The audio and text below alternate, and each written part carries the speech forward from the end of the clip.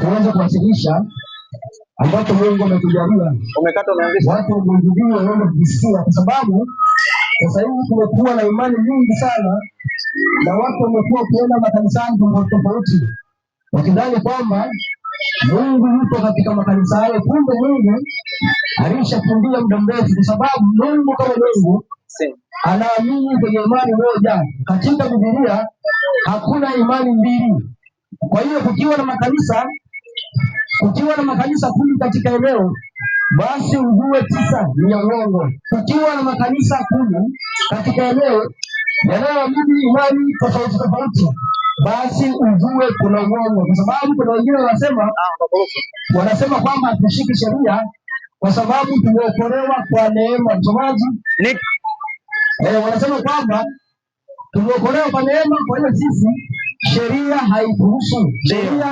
haituhusu. Hata watu wa kipindi cha Agano la Kale nao walipata neema. Ndio, watu wa kipindi cha kale waliokolewa pia. Waliokolewa. Nisaidie kwanza Mwanzo 6 na mstari wa 8. Mwanzo 6 na mstari wa 8. Watu wa Agano la Kale nao pia waliokolewa kwa neema, lakini walishika sheria, walitii sheria ya Mungu. Ukiona kwamba kuna mtu anasema kwamba sheria ya Mungu haipo, ujue mwalimu wake ni Ibilisi. Changamka msomaji sasa. Inasema 6:8 Mwanzo. Lakini Nuhu akapata neema machoni pa Bwana. Rudia tena. Lakini Nuhu akapata neema machoni pa Bwana. Kwa hiyo kama ni neema, hata watu wa kale walipata neema. Ndio. Lakini neema yao ilikuwa ya namna fulani. Kwa mfano, Mungu anamwambia Adamu ya kwamba kila mti huu wa ujuzi, matunda ya mti wa ujuzi mema na mabaya, hakika mtakufa. Lakini tunaona wanakula, kinachotokea walipata neema. Ndio. Pengine wanaoga uwao, lakini Mungu aliwapa neema. Sasa neema kipindi cha kale na sasa hivi inaweza kuelezewa tofauti, lakini wote walipewa neema. Ni Wakristo wa leo wanaosema kwamba tumeokolewa kwa neema, kwa hiyo sheria hazituhusu. Msomaji, nisaidie Tito 2:11. Tito 2:11. Watu wamekataa sheria ya Mungu, wanasema kwamba Mungu hatuishi kwa sheria, tunaishi kwa neema. Lakini neema ni kweli, tunaishi kwa neema, lakini neema haitufundishi kuasi sheria, kwa sababu bila sheria huwezi kujua dhambi ni nini. Dhambi ni uasi wa sheria. Msomaji, changamka kwanza. Nasema Tito 2:11. Maana neema ya Mungu iwaokoa wanadamu wote imefunuliwa, nayo yatufundisha kukataa ubaya. Neema yatufundisha kukataa ubaya. Kwa neema inatufundisha kukataa ubaya. Msaidie Yohana wa kwanza 3 na mstari wa 4. Neema inatufundisha kuchukia uovu, na uovu ni dhambi, na dhambi ni kuvunja sheria. Changamka. 3:4 Yohana wa kwanza nasema kila atendaye dhambi afanya uasi, kwa kuwa dhambi ni uasi. Uasi wa sheria. Kusoma habari njema. Kwa hiyo dhambi ni kuasi sheria. Kama sheria haipo, maana yake hakuna dhambi. Sasa shetani amekufa mpaka dhambi ziwepo. Kwa hiyo kama sheria ipo, maana yake dhambi inaendelea kuwepo. Kwa dhambi ipo, ndio, na sheria ipo. Kwa lazima utii sheria, kwa sababu dhambi ni uasi wa sheria. Lakini sheria huwezi ukaitii kwa nguvu zako. Sheria unaitii kwa kumwamini Yesu. Yesu ndiye anayekuwezesha kutii sheria. Lakini makanisa yameungana kwa ajili ya kukataa sheria ya Mungu. Ndio, yameungana kwa ajili ya kukataa sheria ya Mungu. Wanasoma watu nyaraka za Paulo, wanasema eti Paulo anasema kwamba hakuna sheria. Sasa tumuulize Paulo, je, amri za Mungu hazipo? Wakorintho wa kwanza 7:19. Kimbia. Wakorintho wa kwanza 7:19 nasemaje? Kutahiriwa si kitu na kutokutahiriwa si kitu, bali kuzihifadhi amri za Mungu. Kwa amri za Mungu zipo, amri za Mungu zipo. Sasa anayekataa ajue mwalimu wake ni Ibilisi. Mwanzo 3:1.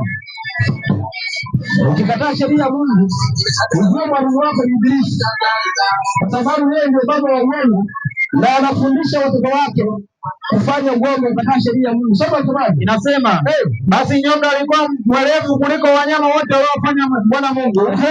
Akamwambia mwanamke, ati hivi ndivyo alivyosema Mungu, msile matunda yote ya miti? Mwanamke akamwambia nyoka, matunda ya bustani twaweza kula, lakini matunda ya mti ulio katikati ya bustani Mungu amesema msiale wala msiaguse, msije mkafa. Aendelea. Nyoka akamwambia mwanamke, akamwambiaje? Hakika hamtakufa. Ati hakika hamtakufa. Kwa hiyo shetani anawafundisha watu kukataa sheria ya Mungu ati kwamba hakika hawatakufa. Kwa hiyo ukiona mtu anafundisha kwamba sheria ya Mungu haipo, huyo mwalimu wake ni Ibilisi. Kama kuna mtu ana swali anaruhusiwa. Huyo mwalimu wake ni Ibilisi. Ndio. Sasa msomaji, niko. Tumeona kwamba kanisa ni moja. Ndio. Nisaidie Waefeso 4:4. Waefeso 4:4.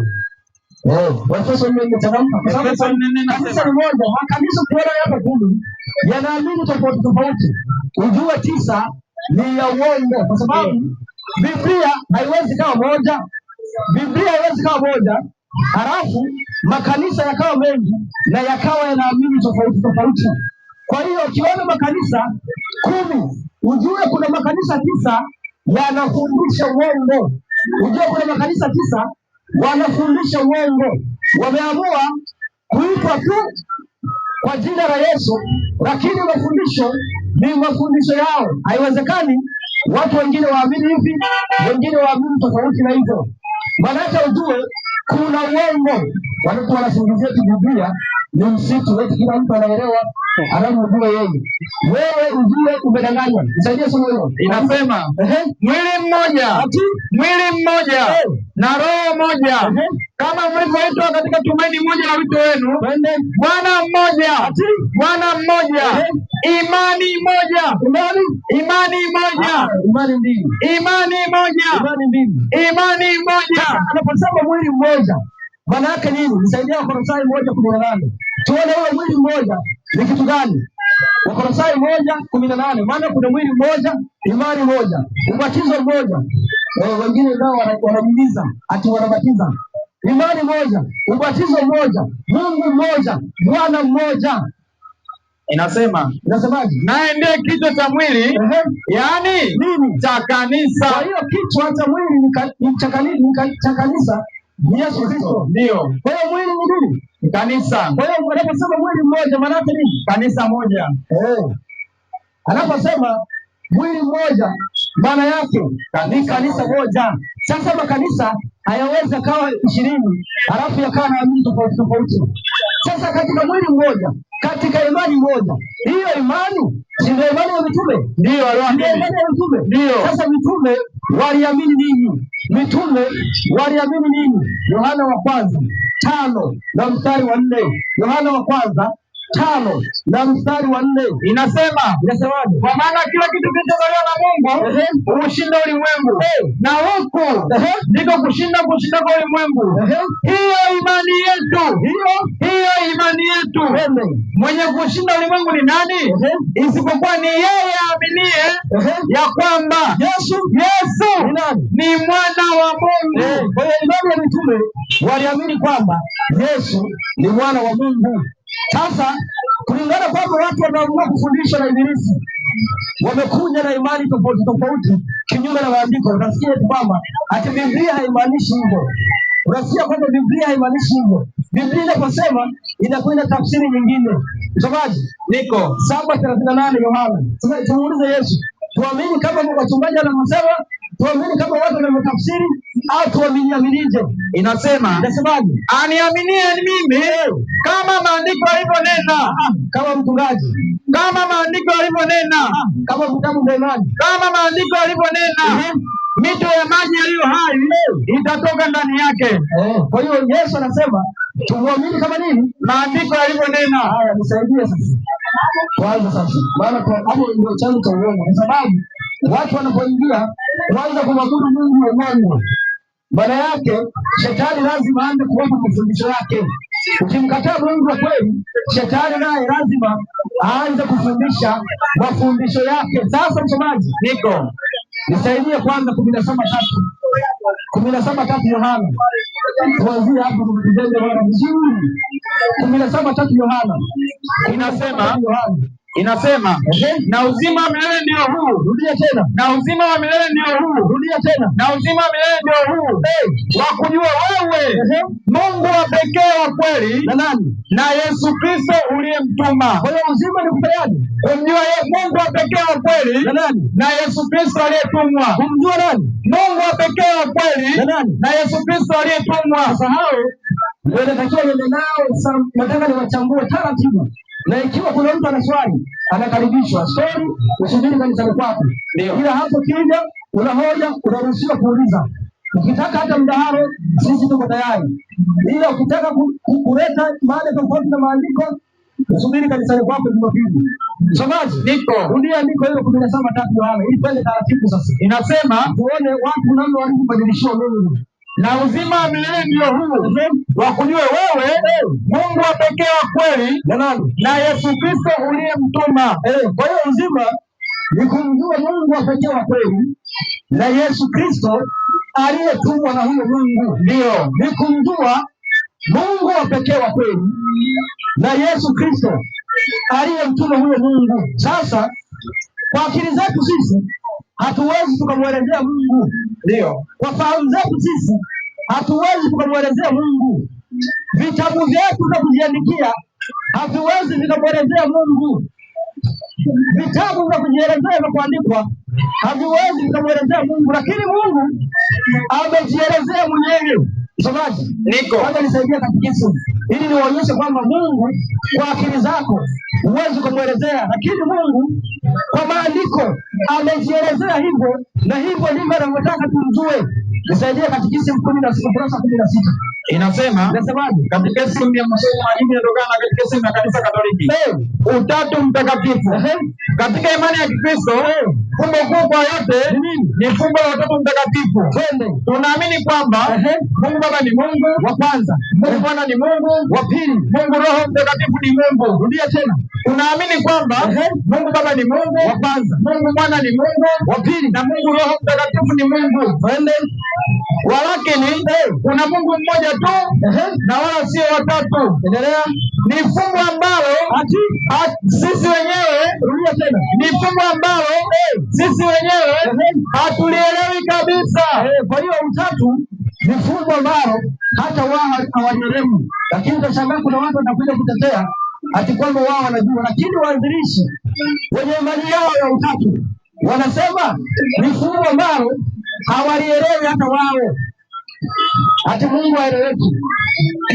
Rudia tena hapo msomaji. Inasemaje? Ni fumbo ambalo sisi hatulielewi kabisa. Rudia kwanza hapo. Mungu Baba ni Mungu. Inasema tunaamini kwamba Mungu Baba ni Mungu wa kwanza, Mungu Mwana ni Mungu wa pili, Mungu Roho Mtakatifu ni Mungu. Rudia tena. Tunaamini kwamba Mungu Baba ni Mungu wa kwanza, Mungu Mwana ni Mungu wa pili, Mungu Roho Mtakatifu ni Mungu wa tatu. Endelea. Inasema walakini kuna Mungu mmoja tu na wala sio watatu. Ni fumbo ambalo sisi hatulielewi kabisa. Wenye Mungu wao wa utatu wamesema ni fumbo ambalo hata wao hawaelewi kabisa. Sasa nitakushangaa wewe utakaye kuja hapo utetee, wakati wenyewe wamesema ni fumbo ambalo hawalielewi. Njoo utetee sasa, tuone kama wewe unaelewa. Msomaji, sasa Mungu ni nani kwa namna alivyojifunua kwenye maandiko?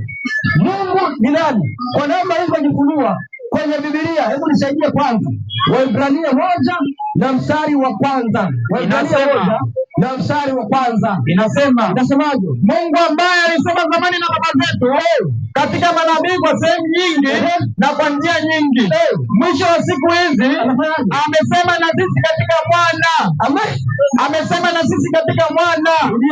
Inasema Mungu ambaye alisema zamani na baba zetu katika manabii kwa sehemu nyingi na kwa njia nyingi, mwisho wa siku hizi amesema na sisi katika Mwana. Mungu aliyeongea zamani na manabii ndio sasa hivi anasema nasi katika Mwana. Anasema nasi katika Mwana. Kwa hiyo ukitaka kumjua Mungu lazima umuulize mwanawe. Ndio, umuulize mwanawe. Msomaji, niko. Kwanza tunauliza sasa Mungu mwenyewe.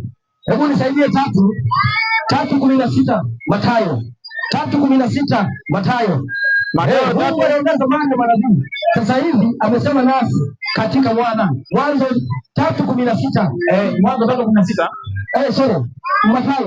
Mathayo 3:16 inasema, naye Yesu alipokwisha kubatizwa, mara akapanda kutoka majini, na tazama mbingu zikamfunukia, akamwona Roho wa Mungu akishuka kama hua juu yake. Kuna wengine hapo wakifika hapo wanamweka Mungu roho, wakati ni roho wa Mungu. Inaendelea. Inasema, na tazama sauti kutoka mbinguni ikisema, huyu ni mwanangu mpendwa wangu. Ati huyu ni mwanangu mpendwa wangu. Mungu Bwana. Huyu ni mwanangu mpendwa wangu. Nafsi yangu ya pili. Huyu ni mwanangu mpendwa wangu. Wewe sema vizuri, Mungu Bwana. Huyu ni mwanangu mpendwa wangu. Mungu mwenyewe. Mwanangu mpendwa wangu. Ninayependezwa naye. Tunaona kuna sauti iliyotoka mbinguni. Ndio. Ikasema, huyu ni mwanangu mpendwa. Sasa hiyo sauti ili tuijue imetangaza kwamba huyu ni mwanangu mpendwa. 3:16 Yohana. Huyu ni mwanangu mpendwa. Si kuna sauti iliyotoka mbinguni. Inasema huyu ni mwanangu mpendwa.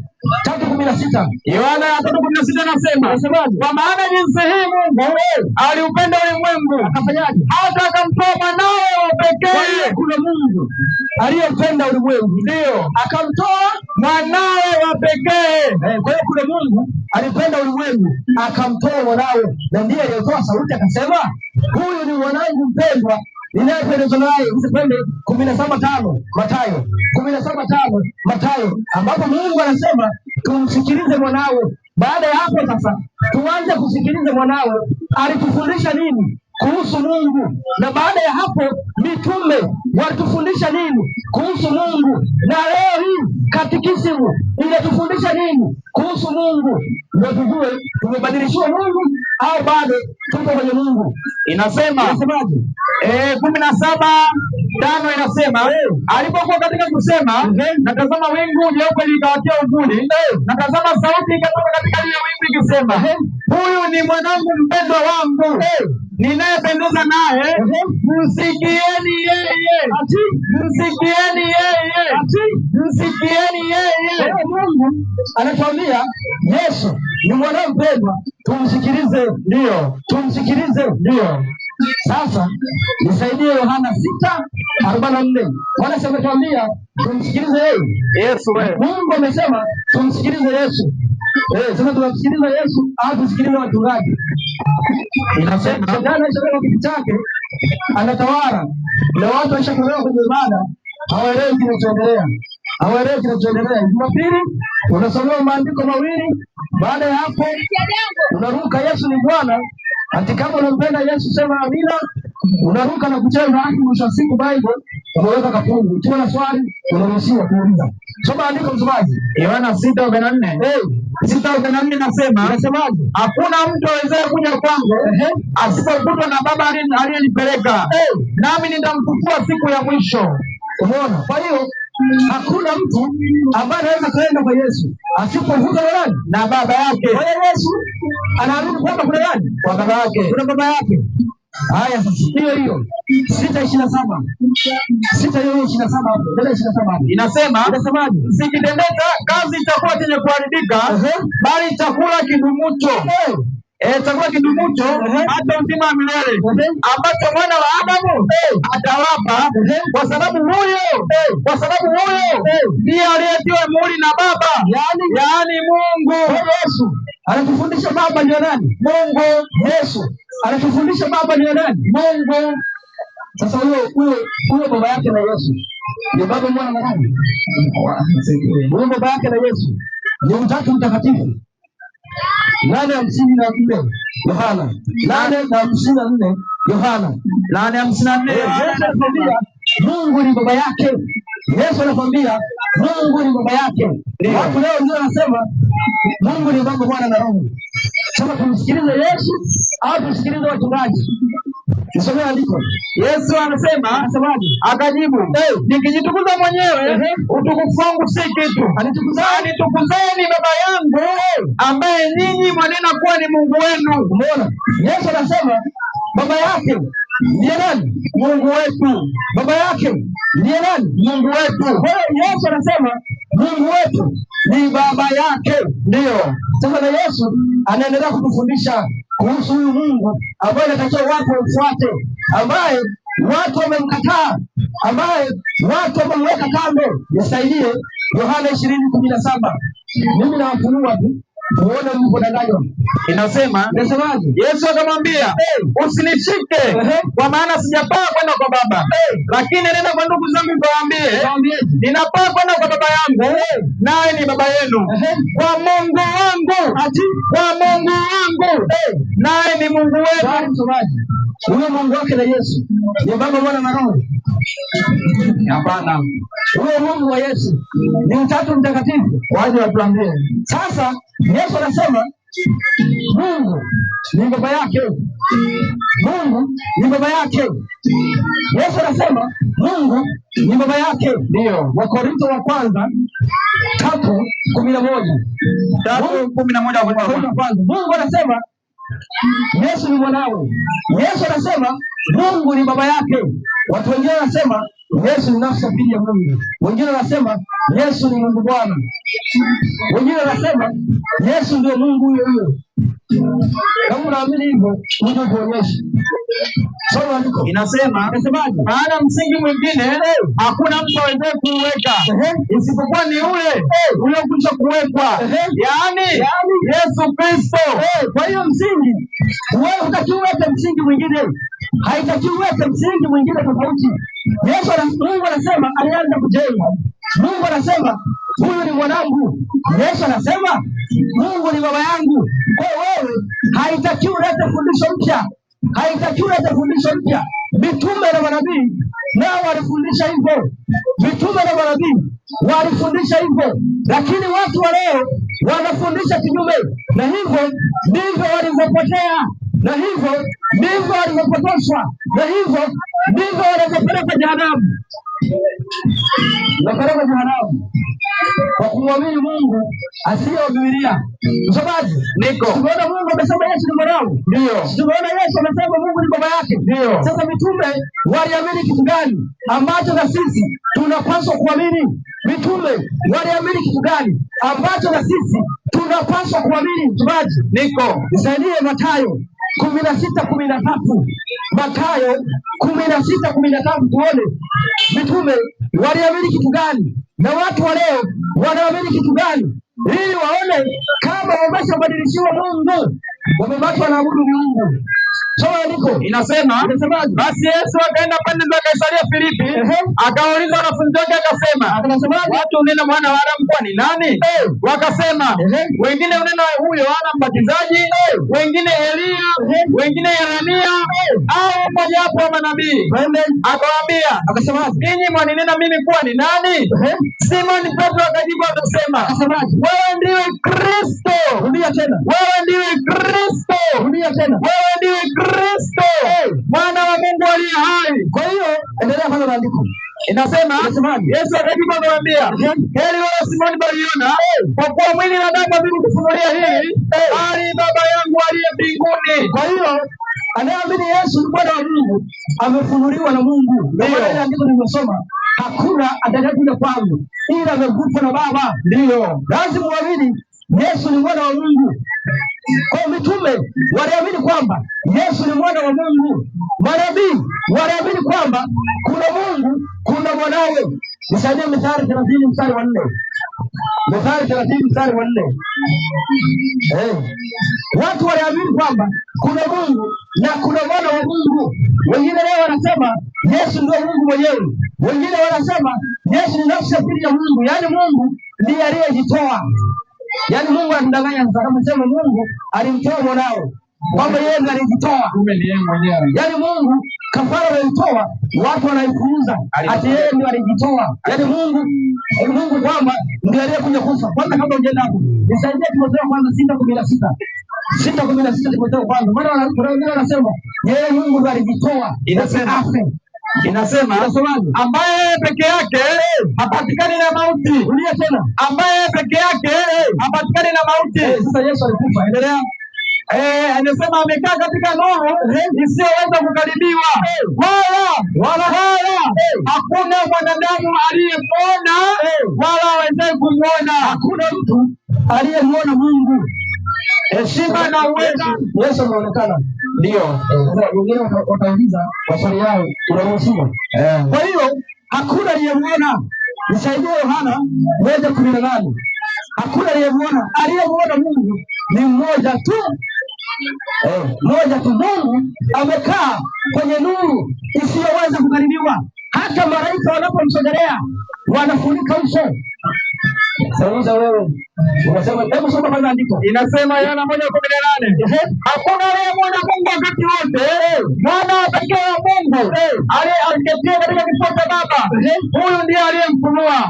Yesu ndiye aliyemfunua Mungu. Na Yesu ndiye aliyetufundisha kuhusu Mungu. Ndio, sio mchungaji. Hata nakwambia Mungu ni Baba, Mwana na Roho. Ati watatu wameunganika wakatengeneza Mungu mmoja. Hiyo ni Mungu. Mungu Baba ni Mungu, Mungu Mwana ni Mungu, Mungu Roho ni Mungu. Yaani moja jumlisha moja. Alafu unaambiwa ni moja. Wafundisha watoto wao hivyo. Ati ni moja. Inaingia kilini msomaji? Hamna hiyo. Ati Mungu Baba ni Mungu wa kwanza, Mungu Mwana ni Mungu wa pili, Mungu Roho Mtakatifu ni Mungu. Ukiwachanganya pamoja ati wanaunda Mungu mmoja. Kamati hiyo. Wewe kama ni matatizo hayo. Wewe kama ni matatizo. Yaani Babeli umechanganya watu hawaelewi. Ukiwa na swali unaruhusiwa. Msomaji, niko. Unaandika nimekupa? Mithali 34. Soma. Mithali 34, Sulemani anasema, ni nani aliyepanda mbinguni na kushuka chini? Ni nani aliyekamata upepo kwa makonzi yake? Ni nani aliyefunga maji ndani ya nguo yake? Ni nani aliyefanya imara ncha zote za nchi? Jina lake ni nani? Yehova. Na ni nani jina la mwanae kama wajua? Yesu Kristo. Ndio hivyo. Kwa hiyo kuna Mungu, kuna mwana wa Mungu. Ndio. Ukifundishwa tofauti na hapo umepotea. Mitume waliamini kuna mwana wa Mungu. Mitume waliamini kuna Mungu na kuna mwana wa Mungu. Mungu anasema tumsikilize Yesu. Yesu anasema Mungu ni baba yake. Mitume nao wakafundisha Yesu ni mwana wa Mungu. Tumuulize Paulo. Wewe Paulo, unamwelewaje Yesu? Wakorintho wa kwanza 8:6. Wewe Paulo, wewe sasa unamwelewaje Yesu? Unamwelewaje Mungu? Mungu ni nani? Wewe Paulo utuambie. Inasema Korintho 8:6. Lakini kwetu sisi, rudia tena. Lakini kwetu sisi Mungu ni mmoja tu aliye Baba. Paulo anasema Mungu ni nani? Aliye Baba. Mungu ni nani? Aliye Baba. Ni mmoja tu aliye Baba. Twende, ambaye vitu vyote vimetoka kwake, akiwemo na Yesu. Nasi tunaishi kwake. Yuko na Bwana mmoja. Rudia tena. Yuko na Bwana mmoja. Rudia tena. Yuko na Bwana mmoja. Nani? Yesu Kristo. Kwa hiyo kuna Mungu mmoja, yuko na Bwana mmoja, Yesu Kristo. Ndio. Saidia mstari wa 7 hapo. 7 inasemaje? Bali ujuzi huu. Rudia tena. Bali ujuzi huu. Rudia tena. Bali ujuzi huu haumo ndani ya watu wote. Sasa wanaotaka wanajua hivyo? Hawajui. Wanajua hivyo, ila inaendelea kusema subiri. Wanaotaka wanaelewa hivyo? Hawawezi kukubali. Rudia katikisi hapo. Inasema chukua katikisi. 16 hapo. Inasema ndio tunaamini kwamba Mungu Baba ni Mungu, Mungu Mwana ni Mungu, na Mungu Roho Mtakatifu ni Mungu. Wangapi hao? Watatu. Endelea. Lakini kuna Mungu mmoja tu, wala sio watatu. Ni fumbo ambalo sisi wenyewe hatulielewi kabisa. Hawalielewi, lakini kuna watu sasa waliokuja wakachukua fundisho hilo. Kuna watu waliokuja wakachukua fundisho hilo wakaliingiza kwenye makanisa. Sasa msomaji, kwa nini fundisho hilo limechukuliwa na makanisa karibuni yote? Ndio kujiuliza sasa, kwa nini fundisho hilo limechukuliwa na makanisa yote? Wanaamini kwamba Mungu Baba ni Mungu, Mungu Mwana ni Mungu, Mungu Roho ni Mungu. Kwa nini kwanza wanaamini hivyo na makanisa? Maana tumeona kwenye katekisimu ndio wenye Mungu wao, na wao wanasema hatumjui, lakini kuna wengine wanaomtetea. Kuna watu wengine wanaomtetea ati kwamba fundisho hilo liko sahihi. Mama yao amesema halijui, lakini watoto wanasema wanatetea. Sasa kwanza imekuwa kwaje? Nisaidie Danieli, nisaidie Ufunuo 17 na mstari wa 3.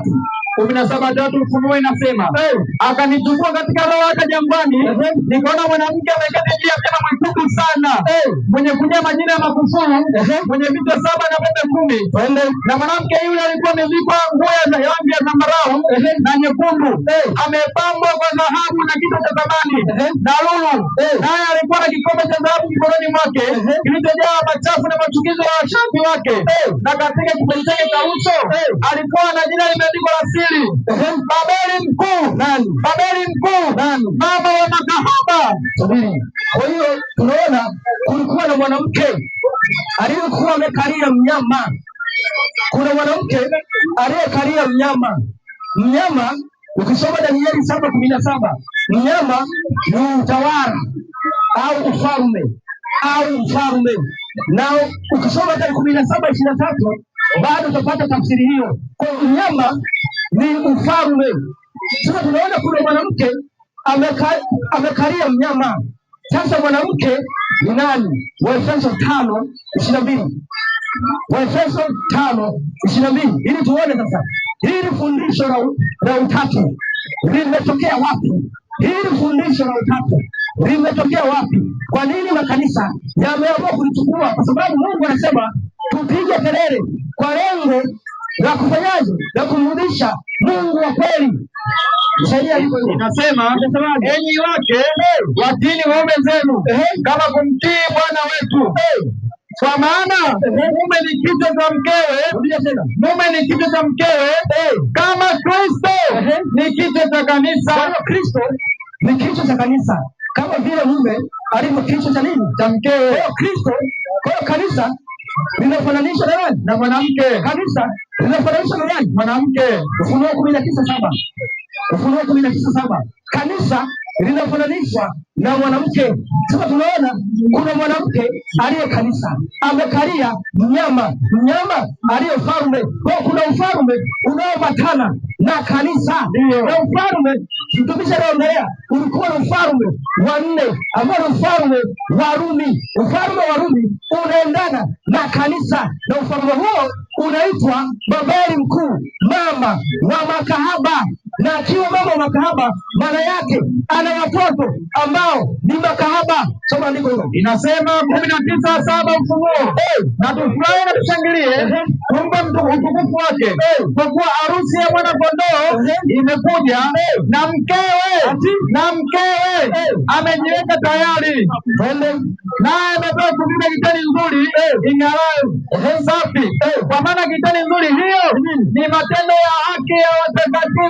Kwa hiyo Yesu Kristo anasubiria kuchukua kanisa kama mkewe. Kwa kanisa linafananishwa na mwanamke. Tunaona kuna mwanamke aliyekalia mnyama. Huyo mwanamke aliyekalia mnyama ni utawala unaoambatana na kanisa. Kwa hiyo kuna utawala ambao upo pamoja na kanisa. Huo utawala, hilo kanisa ndio linaitwa Babeli mkuu, mama wa makahaba. Kahaba ni nani? Nisaidie Ezekieli 16:32. Ezekieli 16:32. Ezekieli 16:32. Inasema 32. Anasema kila mtu azinie akaribishe wageni badala ya mumewe. Utatu sio kusema Baba, Mwana na Roho. Utatu ni kusema Baba, Mwana na Roho wanaunda Mungu mmoja. Kwenye Biblia kuna Baba, kwenye Biblia kuna Mwana wa Mungu ambaye ni Yesu Kristo. Kwenye Biblia kuna Roho wa Mungu aliye Roho Mtakatifu. Kusema Roho wa Mungu, kusema Mwana wa Mungu, kusema Baba, sio utatu. Utatu ni Baba, Mwana na Roho kuunda Mungu mmoja. Uje utoe andiko uonyeshe hilo. Utoe 5. Endelea andiko. Inasema mke wa mtu azinie akaribishe wageni badala ya mumewe. Ati mke wa mtu azinie akaribishe wageni badala ya mumewe. Kwa hiyo mke wa mtu anayezini, anayekaribisha wageni badala ya mumewe, huyo kwa mujibu wa Biblia ni kahaba. Sasa tunaona kuna kanisa lililo kahaba. Kanisa hilo limeacha mafundisho ya Mungu na kuchukua mafundisho yake wenyewe. Sasa huyo kahaba msomaji, tumeona ana watoto ambao ni makahaba. Ezekieli 16:44 tunaona kwamba ni kanisa kahaba lina watoto ambao ni makahaba. Kwa hiyo kuna makanisa mengine ambayo ni makahaba. Inasema yameamua kuchukua mafundisho kutoka kwa mama yake. Ndio. Sio andiko. Inasema Ezekieli 17:44. Tazama, kila mtu atumie mithali hii, atatumia kinyume chake akisema, kama mama ya mtu alivyo, rudia tena. Kama mama ya mtu alivyo, ndivyo alivyo binti yake. Kwa hiyo mama wa mtu alivyo, ndivyo alivyo binti yake. Ndio maana mama anatangaza hivi, watoto wanakuja wanatetea. Mama anasema kwamba ni fungu la imani. Hatulielewi kabisa. Lakini watoto wanasema wanaelewa. Sio wanasema wanaelewa. Ndio. Ati Yesu mwanzo alikuwa baba, akajibadilisha akawa mwana, akajibadilisha akawa nani? Mungu Roho. 3:6 Malaki kwamba alijibadilisha, alijidhihirisha. Uje tuonyeshe kama Mungu anabadilika. 3:6 Malaki, Mungu anasema, kwa kuwa mimi Bwana sina kigeugeu. Nabadilika. Kwa kuwa mimi Bwana sina kigeugeu. Mungu habadiliki. Yesu habadiliki. Ndio. Mungu habadiliki. Ndio. Yesu habadiliki. Yesu alikuwa mwana wa Mungu kabla ya ulimwengu wako. Yesu alikuwa na baba yake kabla ya ulimwengu wako. Sasa watu wanasoma Mwanzo 1:26 wanasema eti ni utatu. Ati walikuwa ni watatu waliokubaliana pamoja. Wanasoma Mwanzo 26 eti hapo walikuwa ni watatu. Andiko unajiwekea, unajitafsiria wewe wakati Biblia imetafsiri tayari. Msomaji, 17:5 Yohana 17:5 Yohana nasemaje? Andiko Biblia haitakuwa tafsiri. Hizo tafsiri ndizo ambazo tayari zimewapotosha. Tafsiri hizo ndizo tayari zishawapeleka kupando kabisa. Lakini Biblia inajitafsiri yenyewe, wala hahitaji uanze kuitolea maelezo mengi. Hata kama ni ufunuo, unakuwa jitafsiri mwenyewe. Wengine utasikia kitabu cha Danieli ni kigumu. Hadi kitabu cha Danieli ni kigumu. Wengine wanasema hadi kitabu cha Ufunuo ni kigumu. Sasa utamwabudu Mungu wa uongo akufundisha kitabu chake? Umchukua Baba, Mwana na Roho akufundisha kuhusu Danieli? Baba, Mwana na Roho akufundisha kuhusu Ufunuo? Ngoja nikusaidie andiko moja. Petro 2:1 inasema ukijua neno hili kwanza, ya kwamba hakuna unabii katika maandiko upatao kufasiriwa kama pendavyo mtu fulani tu. Maana unabii haukwenda popote kwa mapenzi ya wanadamu, bali wanadamu walinena aliyotoka kwa Mungu wakiongozwa na Roho Mtakatifu. Unabii haufai kutafsiriwa kama wanadamu wanavyotaka. Kwa Bible imejitosheleza. Bible imejitosheleza. Kwa mfano tuwaje? Niko. Soma mfano. Ndio. Soma mfano. Wapi? Hebu nisaidie Danieli 1:2. Danieli 1:2. Tuone Bible nao inavyojitafsiri. Watu wanaongeza mambo yao. Ati Mwanzo 1:26. Eti walikuwa Baba, Mwana na Roho wakaweka kikao na tumfanye mtu kwa sura na mfano wetu. Sasa haya hiyo ni teolojia. Soma Danieli 1:2. Bwana akamtia Yoakimu mfalme wa Yuda katika mkono wake pamoja na baadhi ya viongozi. Soma 2:1 inasemaje? Hata katika mwaka wa pili kumiliki kwake Nebukadneza aliota ndoto na roho yake ikafadhaika, usingizi wake ukamwacha. Ndipo mfalme akatoa siri, akatoa amri kuwaita waganga na wachawi. Soma 7:1 Danieli. Danieli mfano Bible inatafsiri. Danieli 7:1 wanaweka mambo yao. Soma andiko hilo. Inasema katika mwaka wa kwanza Belshaza mfalme wa Babeli, Danieli aliota ndoto na maono ya kichwa chake kitandani mwake, basi akaandika ndoto. Akatoa habari za jumla mambo hayo. Danieli akaona akisema, aliona katika maono ya wakati wa usiku, na tazama hizo pepo 4 za mbinguni zilivuma kwa nguvu juu ya bahari kubwa. Ndipo wanyama wakubwa 4, ndipo wanyama wakubwa 4. Unaona anasema wanyama. Ndio. Unaona anasema wanyama. Ndio. Sasa 17 hapo. 17 inasema wanyama hawa wakubwa 4. Wanyama hawa wakubwa 4 ni wafalme 4 watakaotokea duniani. Bible inatafsiriwa hivyo. Ndio. Bible inatafsiriwa hivyo. Ndio. Sio kuweka mawazo ulioambiwa. Mchungaji wako anakuambia ati Mwanzo 1:26 wale pale walikuwa ni watatu. walikuwa ni watatu. Msomaji, hebu soma andiko hilo kwanza, 1:26 Mwanzo, ambapo watu watatu wengi ndio wanapitia hapo. Wanajificha kwenye hapo msitu, tukatia kibiriti kwanza ili watoke. Wanamtoa Mungu Mwana, Mungu Baba, Mungu. Inasema hivi, inasemaje? Mungu akasema, na tumfanye mtu kwa mfano wetu na kwa sura yetu. Mungu akasema, na tumfanye mtu kwa mfano wetu na kwa sura yetu. Kwenye andiko hilo si kuna Mungu ndio aliyesema ndio na tumfanye ndio. Sasa wao wanasema kwamba ni watatu. Mungu akasema. Kwa hiyo ni Mungu kwanza akasema ndio, sio Mungu akasema ndio, ni Mungu akasema ndio, tumfanye mtu kwa mfano wetu na kwa sura yetu. Sasa hapo lazima ujiulize, hapo alikuwa na nani? Kwa sababu aliyekuwa naye hapo alikuwa na mfano wa Mungu, alikuwa na sura ya Mungu. Msomaji, niko Wakolosai 1:15. Lazima ujiulize, aliye na mfano wa Mungu, aliye na sura ya Mungu ni nani? Watu wanaweka idadi eti kwamba walikuwa watatu. Na kwa nini wasiwe 100? Kwa nini wasiwe 150? Kwa nini wasiwe wawili? Soma andiko hilo. Inasema hapo Wakolosai 1:15, naye ni mfano wa Mungu asiyeonekana. Rudia tena. Naye ni mfano wa Mungu asiyeonekana. Ni nani? Yesu. Huyo ni nani? Yesu. Wakorintho wa pili 4:4, ambao ndani yao sio kwanza tawani slash inasema sisi tumekuja kuwazindua kwamba Mungu wa kweli alishabadilishwa.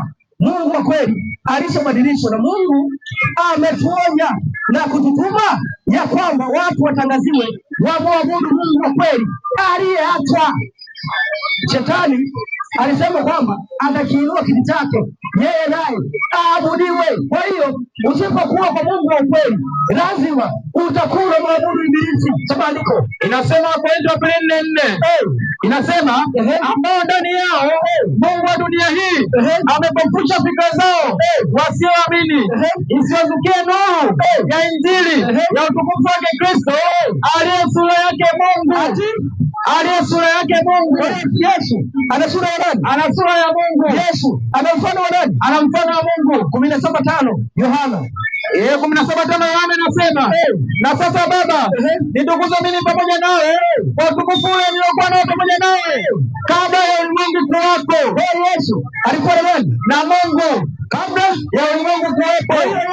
Mungu anaposema na tumfanye mtu kwa mfano wetu na kwa sura yetu, alikuwa na nani? Alikuwa na Yesu. Sasa swali, Mungu Roho ana mfano wa Mungu? Wamtafutie nafasi kwingine. Uje tuonyeshe Mungu Roho kama ana mfano wa Mungu. Uje uondoke na mfano hapo. Au kaandike Biblia yako. Kwa hiyo kwenye Biblia hakuna Mungu Roho. Kwenye Biblia kuna Roho wa Mungu. Msomaji, niko. Si umetoka? Au bado? Niko. Bado uko soba, niko. Basi sawa. Sasa rudia sasa 17:3 Yohana. Tuonyeshe Mungu wa kweli. Maana hapo tutakaa hapo mpaka kieleweke. Atoke haraka. Kama unaamini kuna Mungu Baba, Mungu Mwana, Mungu Roho, wanatengeneza Mungu mmoja. Uje utuonyeshe. Kuna Mungu Baba, Mungu Mwana, Mungu Roho. Uje utuonyeshe. Hata kama kuna mchungaji wako, unaweza kumpigia simu aje tuonyeshe kama kuna Mungu Baba, Mungu Mwana, Mungu Roho. Sisi tunaamini kwenye Biblia kuna Mungu aliye Baba, kuna Mwana wa Mungu aliye Yesu Kristo, kuna Roho wa Mungu aliye Roho Mtakatifu.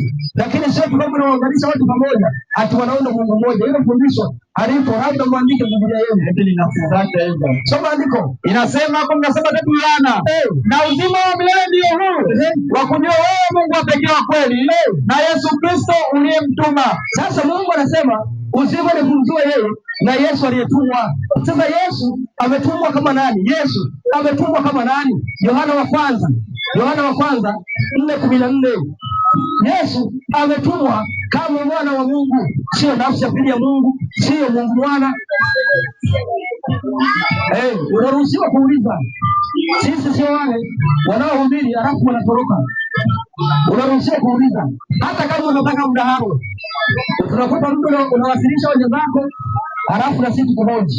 Ndio maana kuna maandiko kibao yanayotumiwa na wanaotaka kusapoti mtatu.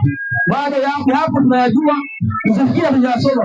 Yalete hapo tunavunja. Soma andiko hilo. Inasema Waraka wa kwanza Yohana 4:14. Na sisi tumeona na kushuhudia ya kwamba Baba amemtuma mwana kuwa mwokozi wa ulimwengu. Sasa huyo Baba aliyemtuma mwana ni Baba, Mwana na Roho. Wao wanajua huyo Baba aliyemtuma Mwana ni Utatu. Msomaji niko. Tumeona kwamba mitume walifundisha kuhusu Mungu. Ndio. Nisaidie Waefeso 1:3. Waefeso 1:3. Kuna watu wengine wanasema eti Yesu alikuwa hapa duniani ndiye alikuwa eti mwana. Huko mbinguni ni Mungu. Tutamfuata huko mbinguni tumuulize, wewe Yesu, huko mbinguni wewe ndiye Mungu? Ndio. Tutamfuata huko. Usifikiri twende. Soma andiko hilo. Waefeso 1:3 inasema, atukuzwe Mungu Baba wa Bwana wetu Yesu Kristo. Kwa hiyo Mungu ni nani? Baba wa Bwana wetu Yesu Kristo. Paulo anatufundisha Mungu ni nani? Baba wa Bwana wetu Yesu Kristo. Yesu anatufundisha Mungu ni nani? Baba yake. Mitume waliaminije? Mungu ni Baba wa Bwana wetu Yesu Kristo. Alafu mchungaji wako anakuambia Mungu ni Baba, Mwana na Roho. Babylon pagans goddess shindo. Ni Mungu wa Babeli. Mungu wa Babeli. Ati Mungu Baba ni Mungu, Mungu Mwana ni Mungu, Mungu Roho ni Mungu. Hiyo ni Babylon. Ni vile tu watu wa muda tungewaonyesha hata hiyo ilipotokea na imeingiaje. Msomaji niko. Kwa hiyo Mungu ni baba yake na nani? Na Yesu. Sasa msomaji niko. Twende sasa Ufunuo. Tumfuate huko kwanza mbinguni huko. Tumfuate huko mbinguni sasa. Hebu nianza Ufunuo 1:1. Bwana Ufunuo aliyopewa atuonyeshe. Inasema Ufunuo 1:1. Ufunuo wa Yesu Kristo aliyopewa na Mungu. Rudia tena kwanza. Ufunuo wa Yesu Kristo aliyopewa na Mungu. Huyo Mungu aliyempa ufunuo Yesu ni Baba, Mwana na Roho. Wao wanajua. Unaona matatizo. Huyo Mungu aliyempa ufunuo Yesu ni Baba, Mwana na Roho. Hapana. Endelea. Inasema ufunuo wa Yesu Kristo aliyopewa na Mungu aonyeshe watumwa wake mambo ambayo kwamba hayana budi kwamba upesi. Naye akatuma kwa mkono wa malaika akamwonyesha mtumwa wake Yohana. Soma mstari wa 4 sasa, kwa sababu ya muda. Nne nasema Yohana kwa yale makanisa 7 yaliyopo Asia, neema na yeye kwenu na amani zitokazo kwake yeye aliyeko na aliyekuwako na atakayekuja, na zitokazo kwa roho 7 walioko mbele ya kiti cha enzi, tena zitokazo kwa Yesu Kristo. Tena zitokazo kwa Yesu Kristo yeye aliyeko na aliyekuwako na atakayekuja. Na kwa nani? Kuna Yesu Kristo.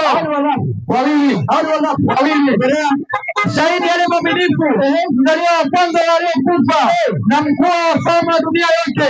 Yeye apendaye na kutuosha dhambi zetu katika damu yake, na kutufanya kuwa makuhani na wafalme wa Mungu, ambaye nirudie, na kutufanya kuwa ufalme na makuhani wa Mungu, naye ni baba yake. Kwa hiyo tunaambiwa Yesu Mungu ni nani? Mungu ni baba yake. Na nani? Yesu. Ni ufunuo. Ni ufunuo wa Yohana. Ufunuo umetoka kwa mbinguni. Ndio. Wako mbinguni wanampa ufunuo Yohana wa Patmo akiwa katika kisiwa cha Patmo baada ya kuteswa. Kwa hiyo Yesu ni mwana wa Mungu. Yesu sio Mungu mwana. Yesu ni mwana wa Mungu. Na ukiona unaamini tofauti na hivyo, ujue umepotea. Ukiona unaamini kinyume na hivyo, ujue umepotea. Na Yesu mwenyewe alifundisha kwamba yeye ni mwana wa Mungu, na Mafarisayo wakataka kumuua. Kwa sababu hiyo Yesu aliteswa na kuuawa, kwa sababu alijiita yeye ni mwana wa Mungu na sio Mungu mwana, na sio nafsi ya pili ya Mungu. Alisema yeye ni mwana wa Mungu. 19:6. Yohana. Soma andiko hilo. Naenda hapo, inasema 19:6 Yohana 19:6. Ngoja. Yesu alisema yeye ni mwana wa Mungu. Ndiyo Mafarisayo wakataka kumuua, makuhani wakataka kumuua. Na wewe kama unabisha, unajua kwamba na wewe ni Farisayo kama Mafarisayo wengine, pengine umemuua Yesu. Soma andiko. Inasema basi wale wakuu wa makuhani na watumishi wao walipomwona walipiga kelele wakisema, msulubishe. Rudia tena. Msulubishe. Pilato akawaambia, mtweni nyinyi basi mkamsulubishe, kwa maana mimi sioni hatia kwake. Wayahudi wakajibu wakisema, sisi tunao sheria, na kwa sheria hiyo amestahili kufa. Kwa nini? Kwa sababu alijifanya kuwa Bwana wa Mungu. Yesu anataka kuuawa na Mafarisayo. Kwa nini? Alijifanya kuwa mwana wa Mungu. Kwa hiyo wewe sasa ukisikia kwamba Yesu ni mwana wa Mungu na wewe una doubt, unaanza ni nafsi ya pili ya Mungu au ni Mungu mwana, wewe na Mafarisayo hakuna tofauti. Pengine na wewe ungemsulubisha tu. Ndio. Pengine wewe na wewe ungemsulubisha, na wewe ni Farisayo kama Mafarisayo wengine. Barikiwa sana. Ungekuwa Farisayo kama Mafarisayo wengine. Ndio. Kwa Yesu anafundisha kwamba yeye ni mwana wa Mungu. 14:6 Ufunuo. 14:6 Ufunuo. Watu wamemwacha Mungu kwa kweli, lakini Mungu anaagiza malaika wake ya kwamba watu wamrudie Mungu wa kweli. Anapoagiza malaika maana yake ni mjumbe wa Mungu. Usitegemee kuna mauzauza yatakayokuja chumbani kwako ya kuambia kuhusu Mungu. Ni watumishi wa Mungu wanaokuletea kweli ya Mungu, kunena yanayotoka kwa Mungu kama Mungu alivyoagiza. Na ndiyo maana tunaruhusu maswali. Ushawahi kuona mchungaji wako hata kanisani kwako anakufundisha na kuruhusu ulize swali? Si maandiko mawili tu, mnarukaruka, bendera ya Yesu inapotea. Baada ya hapo mnatoa zaka na sadaka, inakuwa imeisha hiyo. Lakini sisi tunaruhusu kuuliza maswali maadamu tu Biblia iongee. Sasa watu wanaacha maneno ya uzima, wanaenda kwa mambo ambayo hayapo. Ukiwa umesapu na Mungu wa kweli, hata kama utajikatakata, hata kama utatoa unavyotaka, hata kama utapambana, kama ujue Mungu wa kweli, ujue unamwabudu ibilisi, ni bora zaka na sadaka ule uende jehanamu ukiwa umelemepa. Sasa andiko mtumaji inasema 14:6 ujumbe wa mwisho nasema, kisha nikaona malaika mwingine akiruka katikati ya mbingu mwenye injili ya milele awahubirio hao wakao juu ya nchi na kila taifa na kabila na lugha na jamaa, akisema kwa sauti kuu, mcheni Mungu na kumtukuza. Rudia tena, mcheni Mungu na kumtukuza, kwa maana saa ya hukumu yake imekuja. Msujudieni yeye aliyezifanya mbingu na nchi. Msujudieni yeye aliyezifanya mbingu na nchi. Unaona? Kwa hiyo Mungu anasema wamsujudie yeye aliyezifanya mbingu na nchi. Anapotuma malaika ya kwamba msujudie yeye, maana yake kuna vitu vingine vinasujudiwa ambavyo sio Mungu wa kweli. Usitegemee kuna malaika atakayetua chumbani kwako aje anza kukwambia kwamba ni 1 2 3. Malaika wa Mungu ni wajumbe wa Mungu. Ndio. Wajumbe wa Mungu. Kwa hiyo Mungu wa kweli ameachwa, amechukua Mungu ambaye hafahamiki, Mungu wa ngome ambaye mitume manabii hawakumjua, Mungu wa ngome, Mungu wa utatu, Mungu wa ngome. Danieli 11 mstari wa 37. 11:37 Danieli inasema 11:37, twende, wala hata ijali miungu ya baba zake, wala yeye aliyetamaniwa na wanawake, wala hata mjali Mungu wa yote, maana atajitukuza mwenyewe juu ya yote. Lakini katika mahali pake atamheshimu Mungu wa ngome. Rudia tena, lakini katika mahali pake atamheshimu Mungu wa ngome, na Mungu wa ngome ambaye baba zake hawakumjua. Kwa hiyo tunaona ni katika utawala ngapi? 4. Mungu wa ngome atafanyaje? Atasimamishwa, ambaye baba zake hawakumjua. Tunapoongelea habari za baba zake, si tunamaanisha kwamba Ibrahimu, Isaka na Yakobo. Ndio. Sasa tuulize Biblia, Ibrahimu, Isaka na Yakobo walimwamini nani? Ibrahimu, Isaka na Yakobo walimwamini nani? Nisaidie Kutoka 3 na mstari wa 6. Kutoka 3:6 inasema, maana tunaona anasimamisha Mungu wa ngome ambaye baba zake hawakumjua. Sasa tuulize, huyu Ibrahimu, Isaka na Yakobo waliamini Mungu ni baba wao? Kama waliamini hivyo na sikuamini hivyo, soma andiko inasema tena, akasema mimi ni Mungu wa baba yako, Mungu wa Ibrahimu, Mungu wa Isaka, twende, Mungu wa Yakobo, twende. Inasema Bwana akasema, twende, hakika nimeona mateso ya watu wangu. 3:6 3 tutakuwa hapa 3:6 Kutoka. Anza tena akasema mimi ni Mungu wa baba yako, Mungu wa Ibrahimu, Mungu wa Isaka, Mungu wa Yakobo. Kwa hiyo Mungu alimtokea nani? Musa, akamwambia mimi ni Mungu wa baba zako Ibrahimu, Isaka na Yakobo.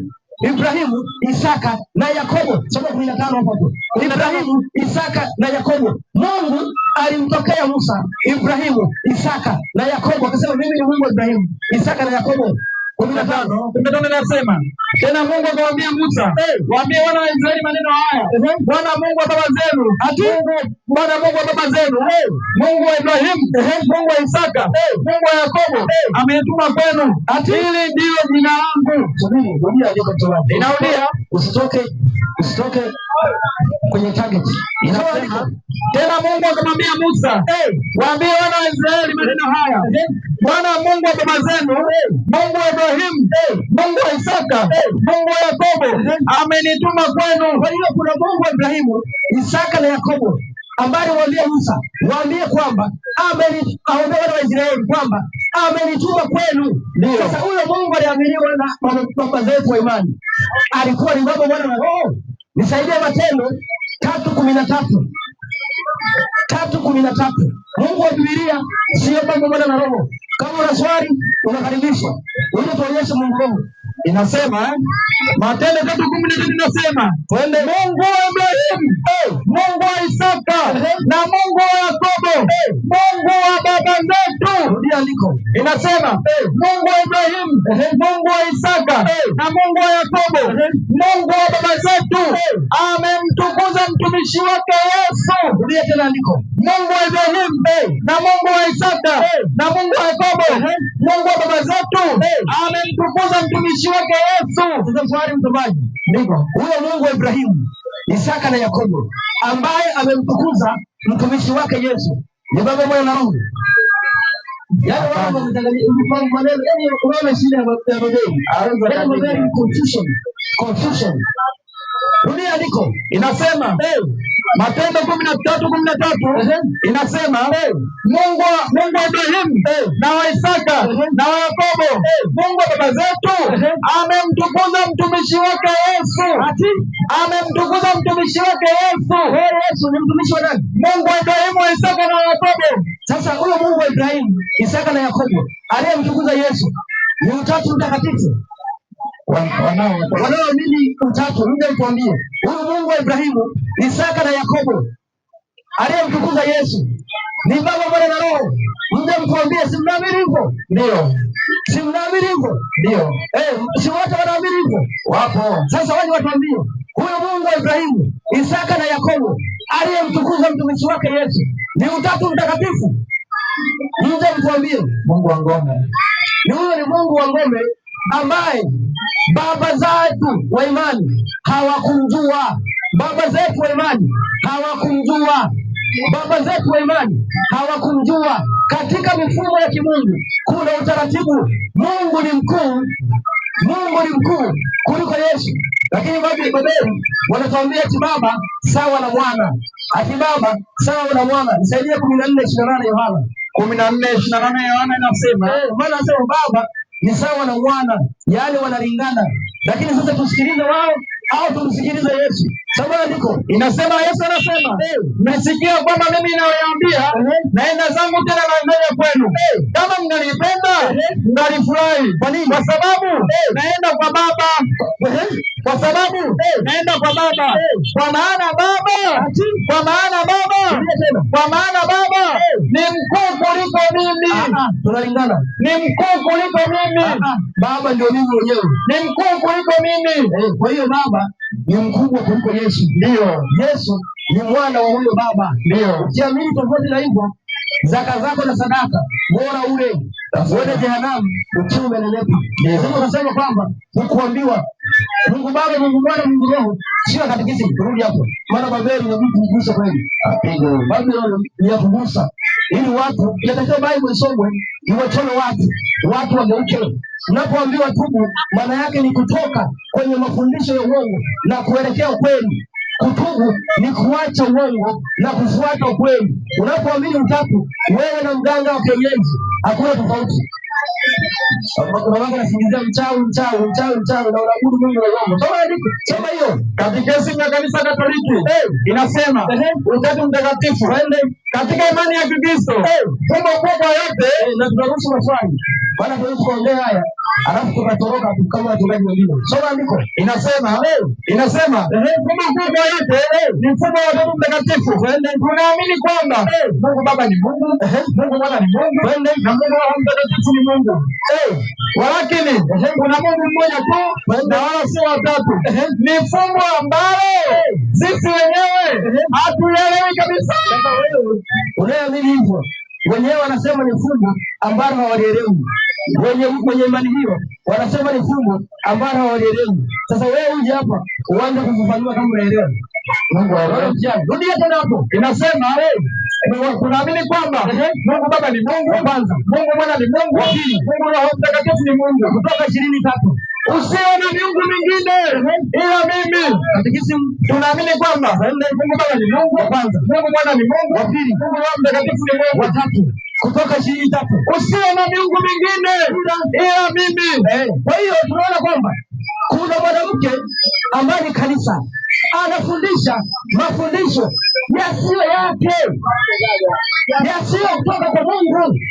Anafundisha mafundisho yasiyotoka kwa Mungu, na watu bila kujua wameaminishwa hivyo. Sasa Shetani anapoinua watu wake, anapoinua manabii wake, anapoinua watumishi wake, Mungu hawezi kalala. Lazima wainue watu waje wamsanue, na ndio maana tumekuja hapa kumsanua. Ukiwa unaamini utatu, ujue unamwabudu Shetani. Kama una swali unaruhusiwa, maana hatuongei halafu tutoroke. Unaruhusiwa. Hii ni moto. Kija kukulisha uje na maandiko story upeleke kanisani kwako.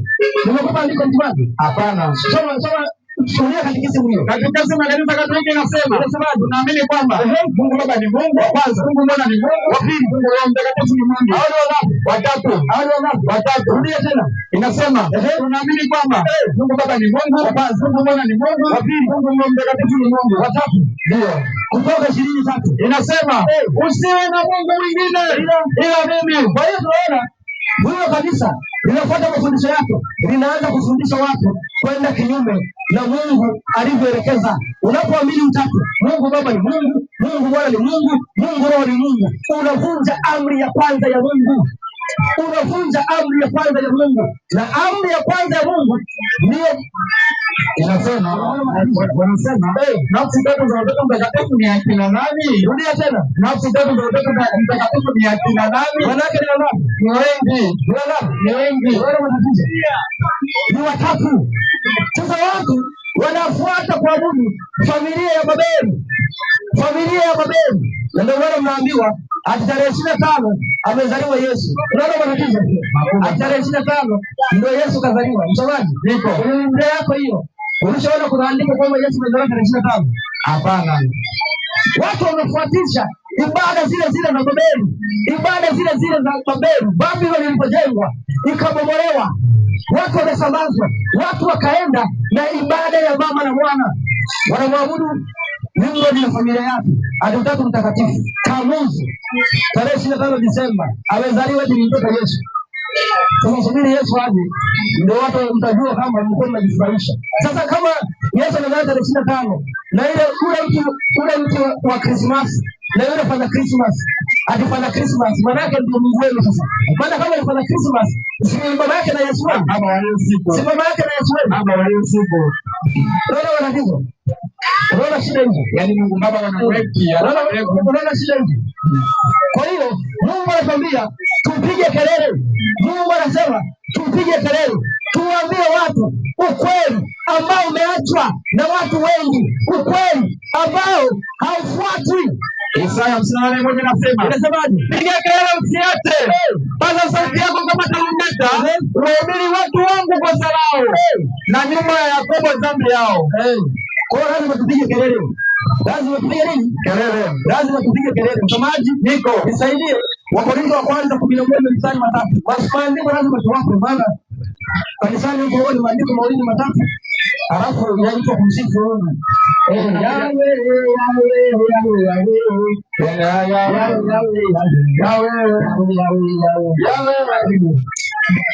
ati kama unampenda Yesu sema amen. Yesu anataka umpende useme amen.